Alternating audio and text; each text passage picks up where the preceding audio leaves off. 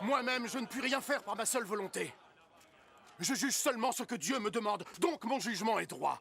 Parce que je ne cherche pas à faire ce que je veux, mais juste ce que veut celui qui m'a envoyé. Si je témoigne pour ma propre défense, ce que je dis ne constituera pas une réelle preuve à vos yeux. Mais il y a quelqu'un qui pourra témoigner en ma faveur. Et je sais que ce qu'il dit de moi est vrai. Jean est celui que vos messagers ont rencontré. Et il leur a parlé au nom de la vérité. Je n'ai nul besoin du témoignage d'un homme, mais je dis cela seulement pour que vous soyez tous sauvés. Jean était comme une lampe qui éclaire et qui brille. Et vous étiez désireux de vous réjouir de sa lumière. Mais j'ai en ma faveur un témoignage plus grand que celui de Jean.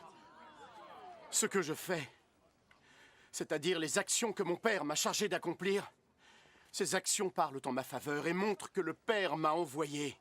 Et le Père qui m'a envoyé également témoigne en ma faveur. Vous n'avez jamais entendu sa voix ni vu son visage. Et vous ne portez pas son message dans vos cœurs, parce que vous ne croyez pas en celui qu'il vous a envoyé. Vous étudiez les Écritures, parce que vous pensez sans doute y trouver la vie éternelle. Mais ces mêmes Écritures parlent de moi. Pourtant, vous n'êtes pas prêts à venir à moi pour recevoir la vie. Je ne cherche pas les louanges des hommes, mais je sais quel genre d'humain vous êtes. Et je sais que vous n'avez pas d'amour pour Dieu dans vos cœurs. Je suis venu par la volonté de mon Père, et vous n'avez pas voulu me recevoir.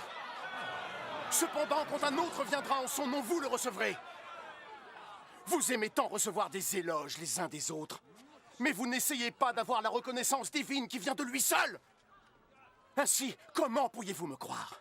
Cependant, ne pensez pas que je serai celui qui vous dénoncera à mon Père. Moïse, en qui vous avez mis tous vos espoirs, est celui qui vous accusera. Si vous aviez vraiment cru en Moïse, vous auriez cru en moi, parce qu'il a écrit à mon sujet. Mais puisque vous ne croyez pas ce qu'il a écrit, comment alors pouvez-vous croire ce que je dis?